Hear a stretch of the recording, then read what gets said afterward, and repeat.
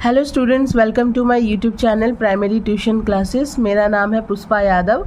आज मैं आप लोगों को class 7 blossom English chapter 2 the riddle, इसका एक्टिविटी 1 से लेकर एक्टिविटी 7 तक बताने वाली हूँ। ठीक है, तो चलिए स्टार्ट करते हैं। आप लोग अपने अपने बुक्स में देखिए, मैं क्वेश्चन रीड करूँगी और आंसर बताती जाऊँगी। ठीक है, तो फर्स्ट क्वेश्चन है choose the correct answer from the given alternatives. Activity 1 हम लोग सॉल्व करेंगे पहले। ठीक है, तो यानी कि यहाँ पे क्वेश्चन दिया हुआ है और ऑप्शंस दिए हुए हैं, उसमें से जो सही है उसको हम लोगों को टिक करना है। तो emperor Akbar was walking in his palace, in the royal garden या in the house of Birbal. हम लोगों ने बुक में पढ़ा है ना, इन द रॉयल गार्डन। ठीक है, कि एम्परर अकबर जो है वो अपने रॉयल गार्डन में टहल रहे थे, अपने शाही बगीचे में टहल रहे थे। ठीक है, अच्छा number 2, Birbal was Akbar's most trusted and faithful minister, greedy and unfaithful minister या rival.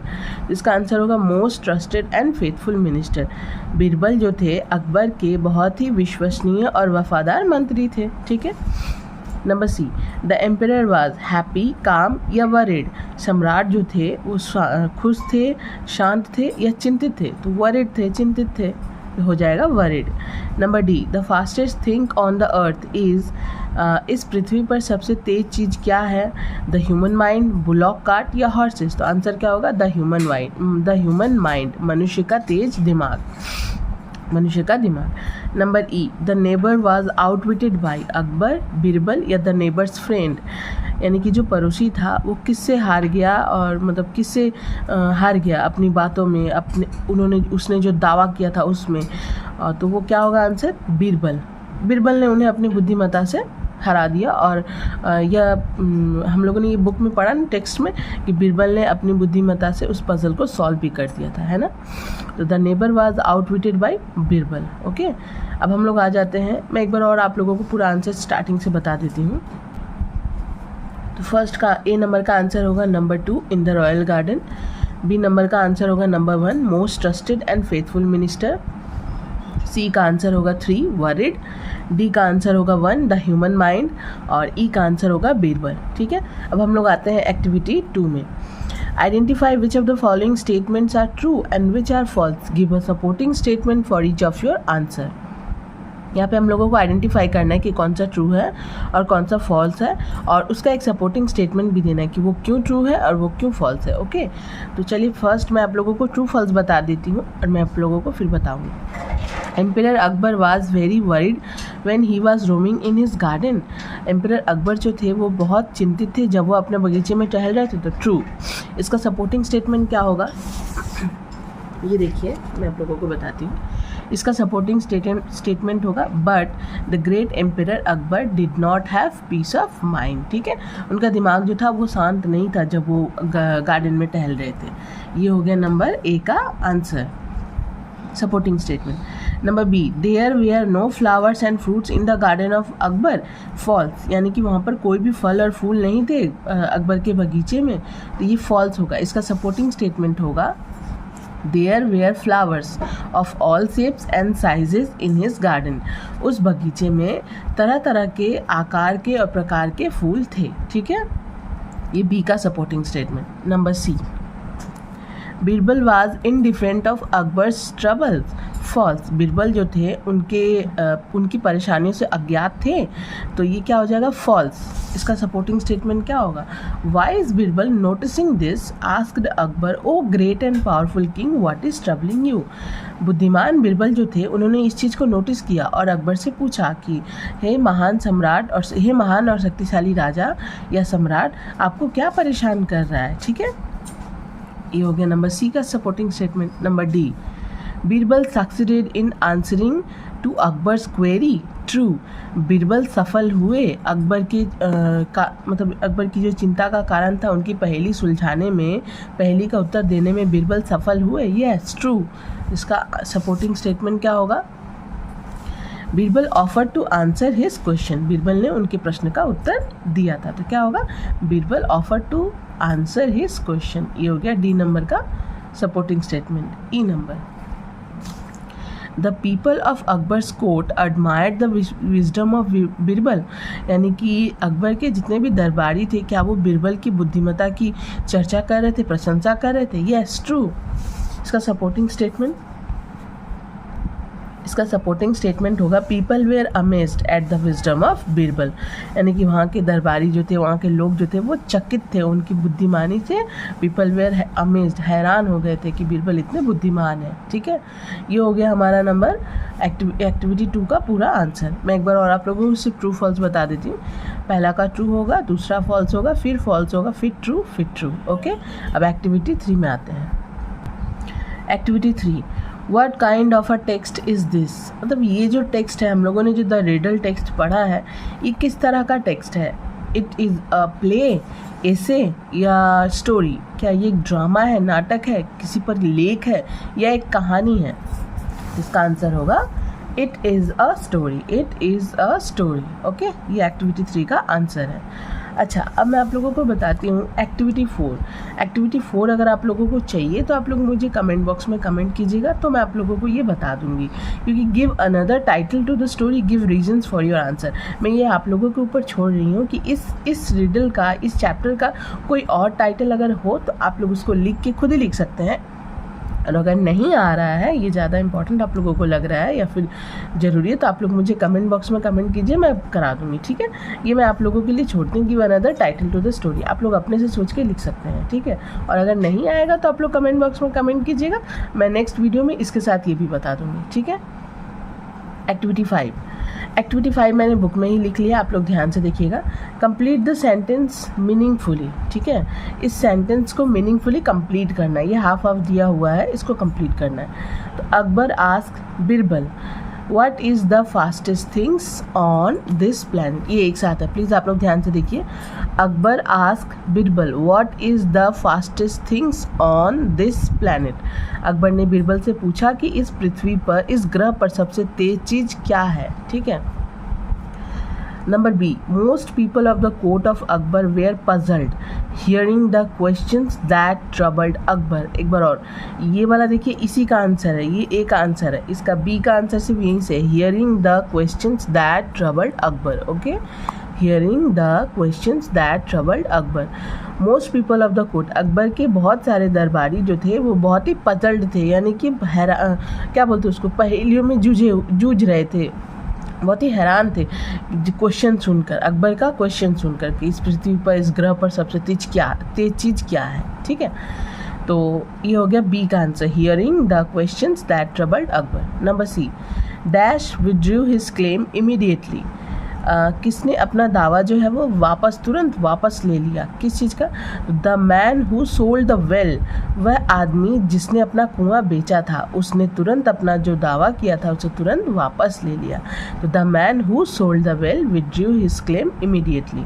Number D, dash the fastest things on the earth, the human mind is the fastest things on the earth. ठीक है, मनुष्य का तेज़ दिमाग ही इस पृथ्वी पर सबसे तेज चीज़ है। मैं एक बार और आप लोगों को बता देती हूँ। Akbar asked Birbal what is the fastest things on this planet. Okay, number B, most people of the court of Akbar were puzzled hearing the questions that troubled Akbar. Number C, the man who sold the whale withdrew his claim immediately.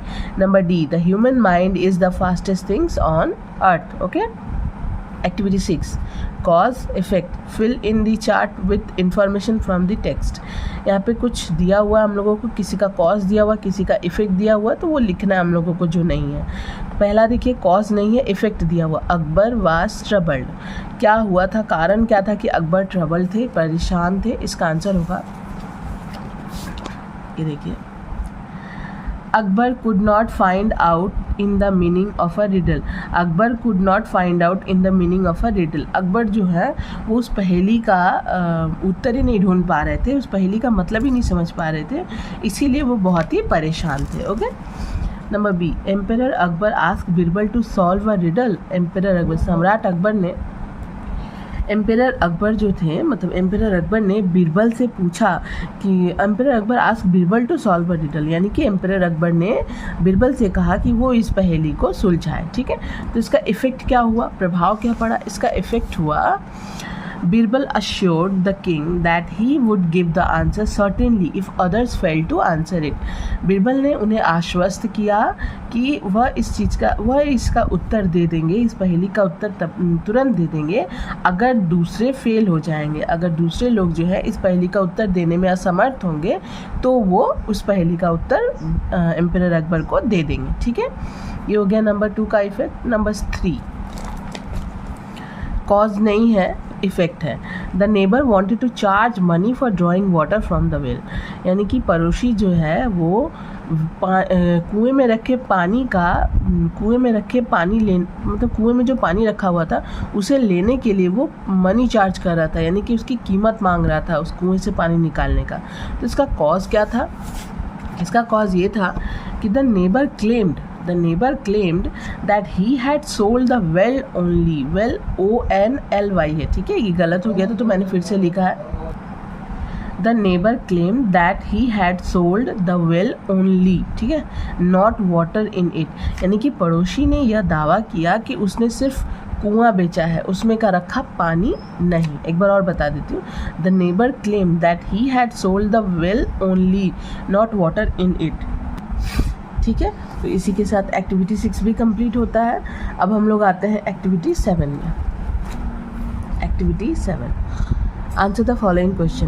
What were the things that the great emperor Akbar love, ऐसी कौन सी चीज़ें थी जो सम्राट अकबर बहुत ज़्यादा पसंद करते थे? इसका आंसर होगा the great emperor Akbar loved arts, science, literature and music. Okay, number 2 B, why did Akbar not have peace of mind? why did Akbar not have peace of mind, यानी कि उनका दिमाग जो था उन्हें मानसिक शांति क्यों नहीं मिल रही थी या क्यों नहीं था? तो Akbar did not have peace of mind, Akbar did not have peace of mind because he couldn't find the answer to the riddle, क्योंकि उनको उस पहेली का जवाब ही नहीं मिल रहा था, इसीलिए उन्हें मानसिक शांति नहीं मिल रही थी। ठीक है, तो एक बार और मैं बता देती हूँ। Akbar did not have peace of mind because he couldn't find the answer to the riddle. Number C, what was the problem presented by the man from the audience, यानी कि जो दर्शक थे उसमें से कौन सी समस्या दरबार में पेश की गई उस आदमी के द्वारा, मतलब दर्शकों में से एक आदमी के द्वारा। तो इसका आंसर होगा the man from the audience claimed, The man from the audience claimed that his neighbor had sold him his well, but when he wanted to draw water from the well, his neighbor wanted to charge him money for it. This was the problem. यानी कि उसने कहा कि मैंने, मतलब audience, दर्शकों में बैठे एक आदमी ने दावा किया कि मैंने अपने पड़ोसी को एक कुआं बेच दिया है, मेरा कुआं बेच दिया है, बट जैसे ही मैं उसमें से पानी निकालने जा रहा हूँ तो वह इसके लिए मनी चार्ज कर रहा है, पैसे मांग रहा है कि इस कुएं से पानी निकालने का। दिस वॉज द प्रॉब्लम, यही समस्या थी। ठीक है, वो जो एक आदमी जो था वो अपना कुआं बेच दिया अपने पड़ोसी को, जैसे ही वो उसमें से पानी निकालने जा रहा है तो बोल रहा है कि अब इसके लिए तुम मुझे पैसे दो, तभी मैं तुम्हें इसमें पानी निकालने दूंगा। दिस वॉज द प्रॉब्लम, यही समस्या थी। अब नंबर डी में क्या बोला गया देखिए। How did Birbal solve the problem, Birbal ने इस समस्या को कैसे सुलझाया? इसका आंसर होगा Birbal ask the neighbour to give rent for keeping water in the others well. Birbal ने नेबर से कहा कि तुम्हें भी इस कुएं में पानी रखने का उसे रेंट देना होगा, भाड़ा देना होगा। अपने जिसने ये तुम्हें कुआं बेचा है, तुम्हें भी इस कुएं में पानी रखने का भाड़ा उस मनुष्य को देना होगा। The neighbour understood the meaning and withdraw his claims, thus the problem was solve. The neighbour understood, पड़ोसी समझ गया, और इसका मतलब पड़ोसी समझ गया, उसने तुरंत अपना जो दावा किया था वह वापस ले लिया और बिरबल ने इस प्रकार इस समस्या को सुलझा दिया। ठीक है, इसी के साथ हमारा एक्टिविटी 7 कंप्लीट होता है। जैसा कि मैंने बताया कि मैं एक्टिविटी 1 से लेकर एक्टिविटी 7 तक बता दूंगी। नेक्स्ट वीडियो में मैं और भी लेकर आऊँगी, और एक्टिविटी 4 अगर आप लोगों को चाहिए तो आप लोग मुझे कमेंट बॉक्स में कमेंट कीजिएगा, मैं नेक्स्ट वीडियो में उसके साथ ही उस वीडियो को उसको भी बता दूँगी। और वीडियो अगर आप लोगों को अच्छी लगी तो प्लीज़ वीडियो को लाइक, शेयर एंड सब्सक्राइब करें। मैं मिलती हूँ नेक्स्ट वीडियो में, बाय।